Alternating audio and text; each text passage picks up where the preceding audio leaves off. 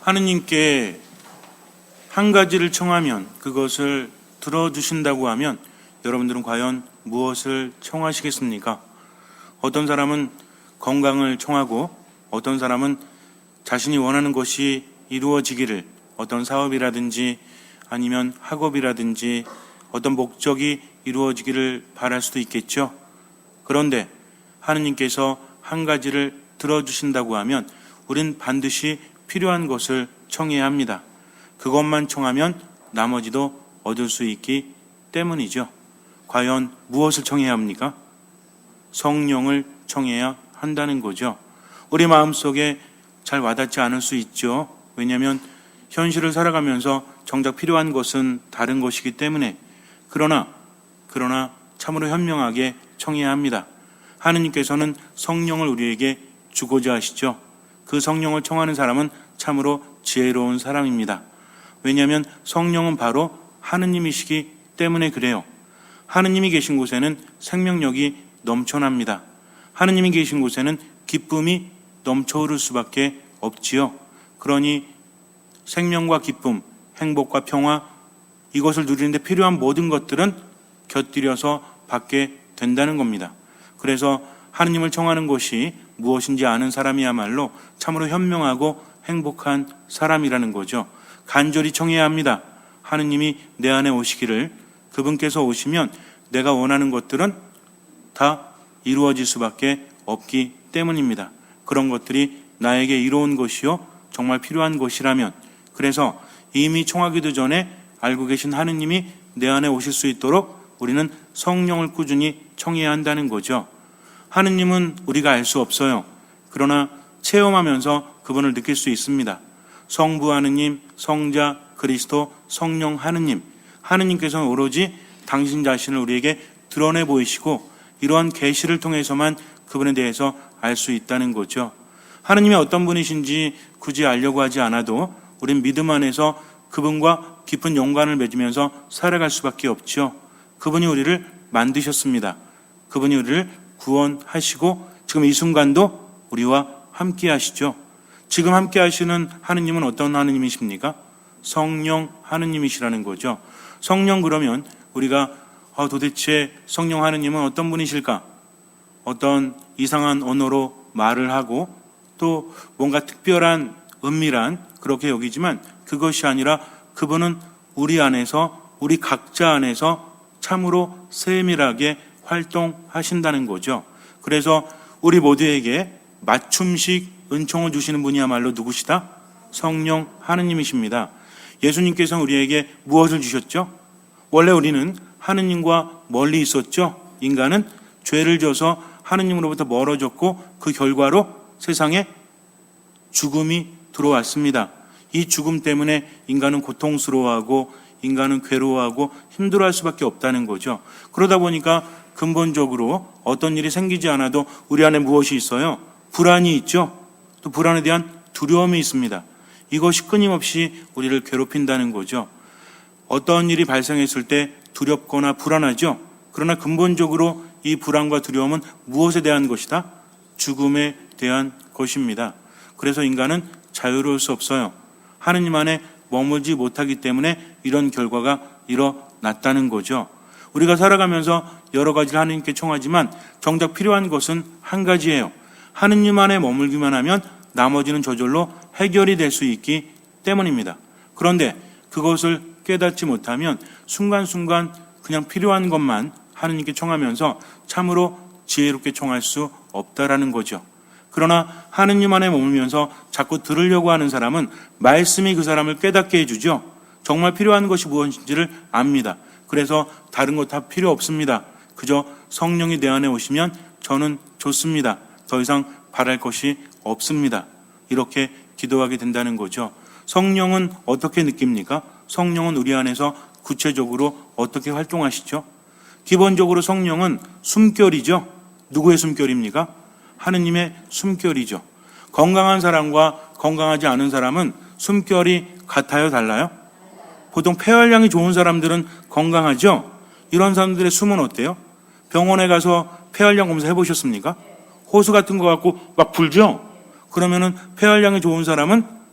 굉장히 세게 나오지만 그렇지 않은 사람은 아무리 불어도 약하죠. 그러다가 몸이 점점 약해서 나중에 죽을 때는 어떻게 돼요? 숨이 점점 약해지다가 더 이상 숨이 나오지 않으면 그건 죽은 거죠. 그러니까 살아가면서 생명력이 넘치는 사람은 숨이 어떻단 얘기야? 아주 활발하단 얘기죠. 마찬가지입니다. 숨이 붙어 있지 않으면 인간은 살아갈 수 없어요. 하느님의 숨은 영원하고 활발하고 생기를 불어넣어 주십니다. 성령이 내 안에 오시면 첫 번째로 숨으로써 활동하신다는 거죠. 매 순간순간 생기가 넘치게 하십니다. 또한 성령은 어떻게 활동하십니까? 제가 옛날에 굉장히 오래됐는데 부제반 때 이제 사제서품을 앞두고 이스라엘 성지순례를 준비했었습니다. 왜냐하면 이제 마지막 서품 받기 전에 이스라엘을 갔다 와서 서품을 받는 것이 신학교의 전통이었기 때문에 그래서 굉장히 준비를 많이 했습니다. 몇 개월 동안 준비하면서 이스라엘에 가면 사진도 찍고 또 여러 가지 해야 되겠다라는 그런 기대감도 있었고 계획도 있었죠. 그래서 이제 떠나는 아침이 돼서 이제 오늘 드디어 떠나는구나라고 했는데 아침 먹는데 갑자기 이상한 소리가 들려요. 취소됐다고 합니다. 왜 취소돼? 비행기까지 다 됐는데 그랬더니 그날이 9월 11일이었어요. 9.11 사태가 일어났다는 거죠. 그래서 난리가 났었죠. 해외 나가는 사람들이 테러의 위험 때문에 다 취소했습니다. 저희도 전부 다 나가다 테러 당하면 그 애는 신부될 사람이 없죠. 수원, 인천, 원주, 춘천, 수도에까지 신부될 사람이 없으니까 이게 취소가 된 겁니다. 그리고 나서 이제 조금 있다가 제주도로 대신 여행을 하게 되었습니다. 제주도에 가는데 이제 비행기 딱 타니까 그때만 해도 제주도 그러면 신혼여행으로 가는 곳이죠. 비행기 딱 탔는데 전부 다 커플이야. 그리고 우리만 남자예요. 그래서 이제 어쨌든 그렇게 갔습니다. 제주도에 가서 이렇게 돌아다니는데 공교롭게도 저희도 2인 1조가 되어서 이렇게 활동을 했습니다. 그러니까 어디 가도 다 연인끼리 손잡고 다니죠. 우리도 손잡을 수는 없고. 그러니까 연인들 사이에 이렇게 그런 거 있잖아요. 어디 가면 둘이서 이렇게 상 같은 거 놓고 양쪽에서 사진 찍죠. 이렇게 연인끼리 찍으면 되게 어울리죠. 근데 저희는 어때요? 남자들이 이렇게 서가지고 찍으니까 딴 때는 괜찮았는데 전부 다 신혼부부니까 좀 뻘쭘하죠. 그래서 어디를 가나 이 신혼부부 때문에 아주 힘들었어요. 그러다가 이제 점심을 먹기 위해서 어떤 언덕에 가는데 사람들이 많지 않은데 거기 굉장히 아름답다고 합니다. 언덕에 가면 바다가 굉장히 잘 보인대요. 그래서 그 위에서 김밥을 먹자 그래서 올라가는데 그날따라 바람이 상당히 많이 불었어요. 제주도 그러면 삼다도라고 하죠. 뭐가 많죠? 바람, 돌, 여자 이렇게 말하잖아요. 그래서 이제 이게 바람이 정말 이렇게 엄청나구나. 올라가는데 눈을 뜰 수가 없어요. 그렇게 바람이 셉니다. 위에 올라갔는데 도시락을 까서 먹어야 되는데 이게 잘 돼요? 바람이 엄청나게 부니까 이게 코로 들어가는 건지 입으로 들어가는 건지 알 수가 없었어요. 어쨌든 막 먹고 이제 가방을 쌓아놓고 이렇게 있는데 갑자기 어떤 생각이 들어서 일어났어요, 제가. 그리고 바다를 바라보다가 바람이 부니까 뒤로 이렇게 돌아섰습니다. 그리고 누워봤어요. 이렇게 누웠더니 서 있다가 이렇게 자꾸 뒤로 누우면 어느 정도 지나면 어떻게 되죠? 지금 제가 이렇게 뒤로 점점 가면 나중에 어떻게 될 것 같아요? 뒤로 발라당 자빠지겠죠? 근데 바람이 워낙 세니까 이게 안 자빠지는 거예요. 이렇게 누웠는데 좀 더 누워볼까? 그랬더니 45도 이상을 뒤로 누웠는데도 바람이 계속 밀어주니까 어때요? 넘어지질 않아요. 되게 신기했습니다. 여태까지 살아오면서 제가 본 가장 큰 바람이었어요. 그 바람이. 그래서 이렇게 그러니까 재밌잖아요. 일어났다가 누웠다가 일어났다가 그러면서 그거 있잖아요. 매트릭스에 나오는 그런 것처럼 이렇게 영화 보면 그런 거 가끔 나오지 않습니까? 그래서 이렇게 누웠다가 하다 보니까 기술이 생겨. 어떤 기술이냐면 뒤집기. 이렇게 하다가 앞으로 딱 뒤집었더니 어때요? 뒤집었더니 눈을 뜰 수가 없죠. 바람이 세니까. 그렇게 하니까 옆에서 뭐 하냐고 물어보던 친구들이 하나둘씩 일어나더니 저를 따라하는 거예요. 정말 재밌었습니다. 그 순간만큼은. 자, 밑에서 사람들이 봤다면 되게 신기했을 거예요. 왜냐하면 사람이 넘어지는데 넘어지지 않으니까 왜 그렇습니까? 눈에 보이지 않지만 바람이 있었기 때문이죠. 성령은 바람이십니다. 우리가 성령 하느님께서 어떻게 우리와 함께 하시는지는 바람을 생각하면 돼요. 내가 쓰러질 때 보이지 않는 힘이 나를 잡아준다는 거죠. 다치지 않게 그렇게 합니다. 비록 넘어질지라도 어때요? 바람이 없어서 넘어지면 어떻게 되죠? 뇌진탕에 걸리거나 크게 다치지만 거기서 끝까지 누워봤거든요. 땅바닥에 넘어질 때까지도 계속 받쳐주죠. 그래서 성령께서 함께하는 사람은 넘어져도 다치지 않습니다. 이것이 바로 하느님의 사랑이라는 거죠. 어떤 사람이 아주 더운 여름날 밤에 칼 하나를 품에 품고 어디론가 향하고 있습니다. 죽여버릴 거야. 내가 죽여버릴 거야. 내 삶을 이렇게 망쳐놓은 그를 죽여버리고 나도 죽을 거야. 라는 각오를 하고 어디론가 향하고 있습니다. 굉장히 무더운 그런 여름날 밤이었는데 갑자기 어디선가 한 줄기 바람이 불더니 이마에 맺힌 땀방울을 씻어줍니다. 이런 생각이 들어요. 참 좋네. 시원하네. 그런데 이제는 내가 이런 느낌을 가질 수 없겠지. 그를 죽여버리고 나도 죽어버리면 이런 느낌은 계속 가질 수 없겠지. 라는 생각이 들더니 점점 더 커집니다. 그렇다면 지금 내 삶을 망친 사람이 그 사람이라면 내가 그 사람을 죽이고 나도 죽으면 정작 내 삶을 망치는 사람은 누구일까? 라는 생각이 들어요. 그때서 그는 깨닫게 됩니다. 이마저 망쳐버리면 희망이 없다는 것을. 그래서 돌아서 다시 집으로 가게 됩니다. 한 줄기 바람 때문이었죠. 성령은 이와 같습니다. 때로는 이해할 수 없고 너무나 억울하고 너무나 답답한데 순간의 변화를 깨닫게 하죠. 매일 똑같이 보는 것임에도 불구하고 새롭게 볼 수 있도록 그분은 이끌어 주십니다. 정말 필요할 때 미풍이 되어서 땀방울을 씻어주기도 하고 정말 필요할 때 거센 바람이 돼서 넘어지지 않도록 붙잡아 주기도 하신다는 거죠. 눈에 보이지 않지만 이것이 바로 성령입니다. 얼마 전에 화성 행궁에 갔었어요. 행궁에 가면 돈 내고 들어가죠. 행궁이 어딘지 아세요? 그 수원 종로에 있는 화성 행궁이라고 그래서 우리는 행궁이 어딘지 모르면 안 되죠. 왜? 주변에 뭐가 있기 때문에? 윤건능이 있기 때문에. 그래서 정조대왕께서 그 사도세자 장조라고 하죠.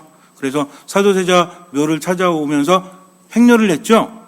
그래서 이제 한양에서 오면서 어디에 멈췄어요? 행궁에 멈춰서 잠시 머물다가 거기서 이제 군사훈련도 하고 그러니까 머물다가 윤건능까지 오는 중간에 머무는 장소였다는 겁니다. 왜 이러시나? 윤건능을 옆에 두고 화성에 사는 우리가 이거 모르면 안 돼요. 그래서 거기 가서 보면 돈 내고 들어가는데 그날은 공짜였습니다. 그래서 너무 저는 여태까지 들어가려고 하다가 안 들어갔거든요. 왜? 공짜가 아니라서. 그래서 언제 한번 뭐 비싼 건 아닙니다. 근데 괜히 돈 내고 가는 게 억울해가지고 그래서 이제 그날은 공교롭게도 이제 공짜여서 안에 구경 실컷 하고 딱 나왔는데 딱 나오자마자 공짜로 구경해서 그런지 몰라도 하늘에서 독수리 한 마리가 저한테 막 내려오는 거예요. 얼마나 놀랐는지 몰라요. 그래가지고 깜짝 놀래가지고 아니 우리나라에 무슨 독수리가 있어? 그랬더니 가까이서 보니까 이게 진짜 독수리가 아니라 연이었어요. 연. 거기 보면 행궁 앞에 보면 굉장히 커다란 광장이 있습니다. 여의도 광장만큼은 안 되지만 엄청나게 큰 광장이 있어서 사람들이 모여서 자전거도 타고 그리고 뭐 놀기도 하고 이렇게 하는데 연을 날리는 분들이 몇 분이 계십니다. 근데 이 연이 예전하고 달라. 저 어릴 때만 해도 뭐 이렇게 겨울이 되거나 바람 좋을 때 언덕에서 연 날리곤 했었거든요. 동네 아저씨들 할아버지들 나와서 날리는 연이 있는데 그런 연들 중에 어떤 연이 있죠? 주로 보는 게 가오리연, 방패연, 용연, 이런 연 저런 연 다양한 연들이 있는데 전 독수리 연은 본 적이 없어요. 그런 연은 처음 봤습니다. 근데 이게 진짜 커요. 이 독수리가 진짜 여러분들 그분 아마 제가 볼 때는 거기에 자주 오시는 것 같아요. 그래서 이 독수리가 되게 잘 만들어서 엄청나게 비쌀 것 같아요. 그래가지고 너무 이렇게 신기해가지고 봤더니 굉장히 큽니다 이게. 근데도 하늘을 나른다는 거죠. 왜 그렇습니까? 바람이 있기 때문이죠. 바람은 높이 날아오르게 합니다. 불가능함을 가능하게 한다는 거죠. 이제 성령을 통해서 하느님께서는 우리 개인을 살려주시고 보호하시고 이끌어주시고 치유하신다는 거죠. 예수님께서 제자들에게 이렇게 말씀하십니다. 내가 가는 것이 너희에게는 더 이롭다. 왜? 성령께서 너희에게 오실 것이기 때문이다. 예수 그리스도를 통해서 이제 성령께서 우리 안에 오시게 되었다는 거죠. 그래서 신앙은 체험인 거예요. 우리가 세상을 살아가면서 너무너무 힘들 때가 있어요. 때로는 절망스러울 때가 있어요. 그러나 포기하면 안 됩니다. 성령께서 함께 하시기 때문이죠. 여기서 한 가지 깊이 생각해 봐야 될 것이 있는데, 성령께서 함께 하신다고 해서 우리가 어떤 자세를 갖는가? 성령께서 함께 하시니까 저는 아무것도 안 할래요. 알아서 해주세요. 이러면 돼요, 안 돼요? 안 된다는 거죠. 기적은 하느님께로부터 오죠. 그런데 그 기적을 가능하게 하는 것은 무엇입니까? 우리들의 믿음이라는 거죠. 하느님은 뭐든지 다 하실 수 있는데 한 가지만은 하지 않으십니다. 그게 뭐냐면 믿게 하는 거죠. 이것은 물론 믿을 수 있게끔 여러 가지를 보여주시지만 결정적인 선택은 누가 합니까? 우리가 해야 한다는 거죠. 우리에게 무엇이 있기 때문에? 자유의지가 있기 때문에 그래요. 그래서 성령께서 어떻게 임하시는지는 믿는 사람들만 알 수 있어요. 왜? 성령은 바람과 같죠? 그래서 믿지 않는 사람들은 그것을 느끼지 못하지만 믿는 사람은 그것을 느끼게 됩니다. 그래서 세상을 살아가면서 나의 위로자, 나의 치유자, 나의 협조자, 나의 변호자, 나의 구원자, 성령을 체험한다는 거죠. 성령께서는 정말 다양한 모습으로 우리와 함께 하시는데 그 모습들을 우리가 다 기억할 수는 없죠. 그러니까 뭐를 떠올려라? 바람을 떠올리면 된다. 그리고 불을 떠올리면 돼요. 불은 무엇입니까? 물론 모든 것을 태워버리는 안 좋은 불도 있지만 불은 정화시키죠. 그리고 어떻게 합니까? 활활 타오르게 하는 열정이 있죠. 그래서 성령께서 안에 있는 사람은 열정적입니다. 성령께서 안에 있는 사람은 정화된다는 거죠. 그러면서 늘 행복하고 기쁘게 살아갈 수 있도록 무엇을? 생명력을, 숨을 불어넣어 주신다는 거죠. 그래서 성령, 그러면 우리가 뭐라고 얘기해요?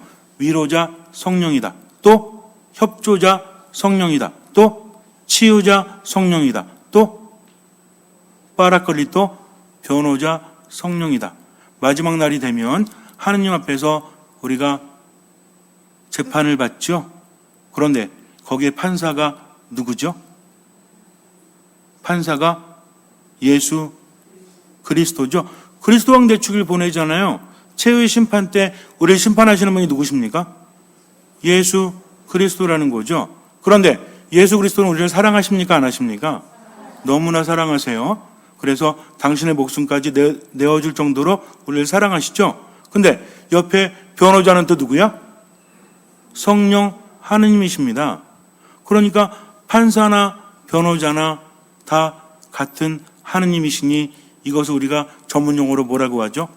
짜고 치는 고스톱이라고 하죠. 그래서 여러분들이야 고스톱 안 쳐봤죠? 늘 기도하시고 이런 것만 하니까 쳐봤나?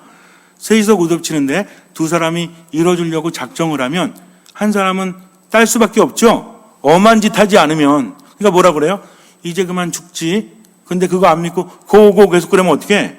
그런 경우도 있죠. 따게 해주려고 애를 쓰는데 어때? 고래. 나는 분명히 나는데 그래가지고 나무 안 되니까 그냥 딴 거 내죠. 그러니까 뭐해? 쪽해. 뭔 얘긴지 알 수가 없어. 그럼 한 장씩 주니까 못 나요, 그 사람. 이게 무슨 얘기냐면 고집을 부리면 안 된다는 거죠. 그분이 하시는 대로 온전히 맡겨야 됩니다. 그렇다고 성령이랑 예수님이랑 고스톱 치란 얘기가 아니라 살아가면서 내가 정말 그분께 의탁했다면 어떤 자세로?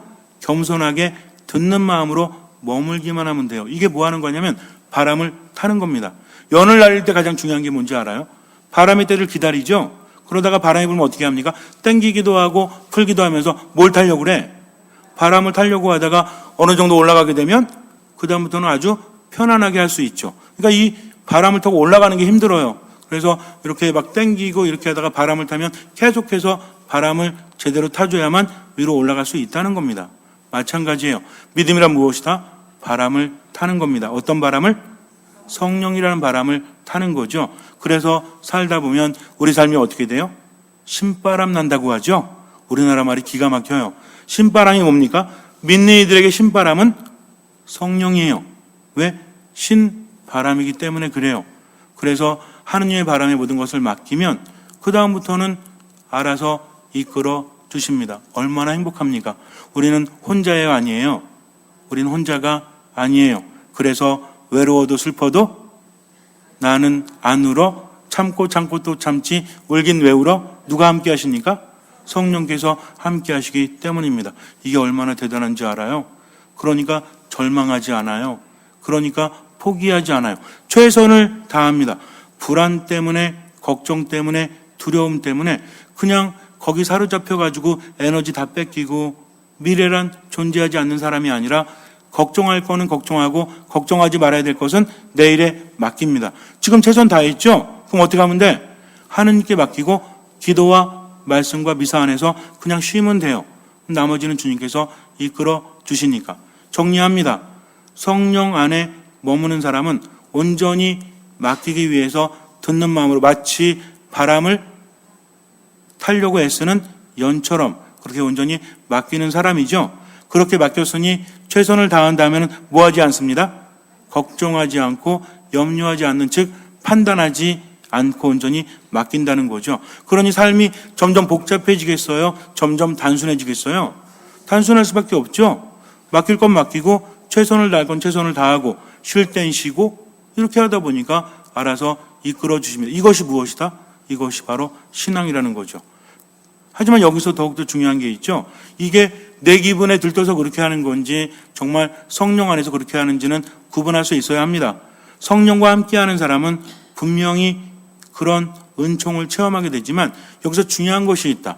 뭐가 있냐면 성령의 은총이 있어요. 우리가 보통 성령 7은이라고 하죠. 그러나 더 많은 은총이 있는데 7가지로 우리가 구분해 놓은 겁니다. 이런 은총을 받는 사람은 어떻게 할 수 있냐면 우리가 나무가 좋은지 안 좋은지 뭐 보면 알 수 있죠? 열매를 보면 알 수 있어요. 성령께서 함께하는 사람은 어떤 열매를 맺습니까? 우리가 물론 사랑의 열매로 대표되긴 하는데 9가지 성령의 열매가 있죠. 7가지 은혜가 있고 그래서 그 열매들이 내 삶 안에서 어떻게 맺어지는지를 보면 알 수 있어요. 지금 내가 기분에 들떠가지고 그냥 이렇게 신바람 나게 사는 건지 아니면 정말 하느님 안에 머물면서 성령을 받으면서 사는 건지 이거는 뭐를 보면 알 수 있다? 열매를 보면 알 수 있다는 거죠. 오늘 미사 중에 여러분들은 봉헌 때 우리 청년들 그리고 도우미분들이 만든 성령 카드를 뽑게 되는데 왼쪽에는 7가지 은혜 중에 하나가 있고 오른쪽에는 9가지 열매 중에 하나가 있습니다. 왼쪽은 뭐예요? 우리가 받는 은총이고 오른쪽은 맺어야 되는 열매라는 거죠. 근데 모든 은혜 다 받는다고 했죠. 그 중에서도 왜 이걸 뽑았는지를 다시 한번 생각해 본다면 우리들의 삶은 하느님 안에서 더 깊어질 거예요. 세상에 우연이 없습니다. 뽑는 것도 반드시 이유가 있다는 거죠. 그래서 여러분들이 뽑는 거는 그 은혜만 받는 것이 아니라 거기에 대해서 깊이 생각해 볼 수 있는 하나의 기회다. 그래서 내가 올 한 해는 다른 열매도 맺지만 사랑의 열매도 맺지만 이 열매를 맺기 위해서 이 은총을 더 많이 받기 위해서 하느님께 좀 더 깊이 다가가고 그분 안에 머물러야 되겠다라는 어떤 목표를 가지고 살아가라는 의미죠. 그래서 뽑으시면 내 거니까 그걸 가지고 가셔가지고 바꾸려고 하면 돼요, 안 돼요? 나는 여보, 난 저게 더 좋은데 나랑 바꿀래? 그러면 안 돼요. 그래서 내게 준 것을 깊이 묵상하고 생각하시기 바랍니다. 그래서 집에 가셔가지고 인터넷 찾아보시면 그에 대한 설명들이 또 많이 나오거든요. 설명이 어느 정도 있긴 하지만 그래서 그것을 그냥 오늘만 보고 버리지 말고 지갑 속에 책 속에 아니면 책상 앞에 두고 올 한 해 성령의 은혜 안에서 살아가시기 바랍니다.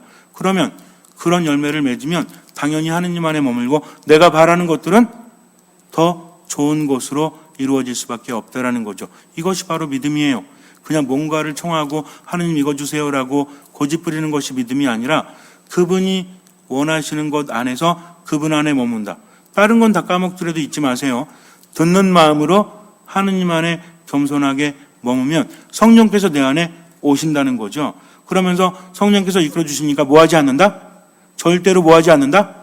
판단하지 않고 온전히 맡기면 아무리 힘들어도 우리를 일으켜 세워주시고 우리를 치유하시고 우리에게 생기와 숨을 불어넣어 주시는 분이라는 거죠. 이것만 명심하고 살아가면 됩니다. 힘들 때마다 오늘 미사 때 불렀던 성령송가 있죠?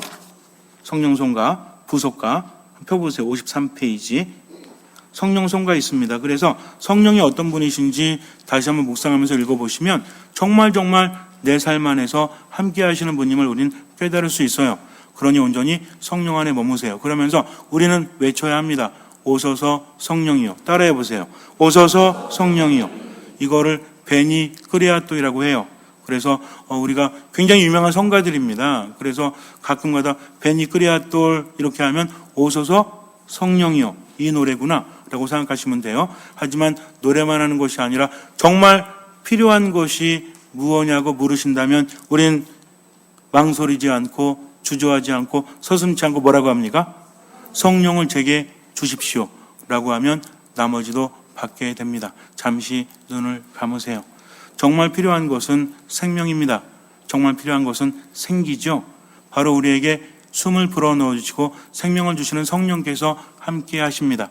제자들이 예수님이 돌아가신 다음에 모두 떨고 있었죠. 두려움에 불안감에. 왜 그랬냐면 죽음에 대한 공포 때문이었습니다. 그런데 예수님께서 문을 잠가놓고 있었음에도 불구하고 그들 한가운데 서시며 말씀하시죠. 평화가 너희와 함께. 그러면서 그들에게 숨을 불어 넣어 주십니다. 그리고 말씀하십니다. 성령을 받아라. 그 순간 제자들은 두려움과 불안에서 벗어납니다. 하느님의 숨결을 느꼈기 때문이요. 성령께서 함께 하셨기 때문이죠. 그러니 성령을 청하시고 미사와 말씀과 기도 안에 머무십시오. 주님께서는 그 믿음을 보시고 우리에게 가장 좋은 성령을 주시고 내 삶에 놀라운 기적을 일으켜 주실 것입니다. 아멘.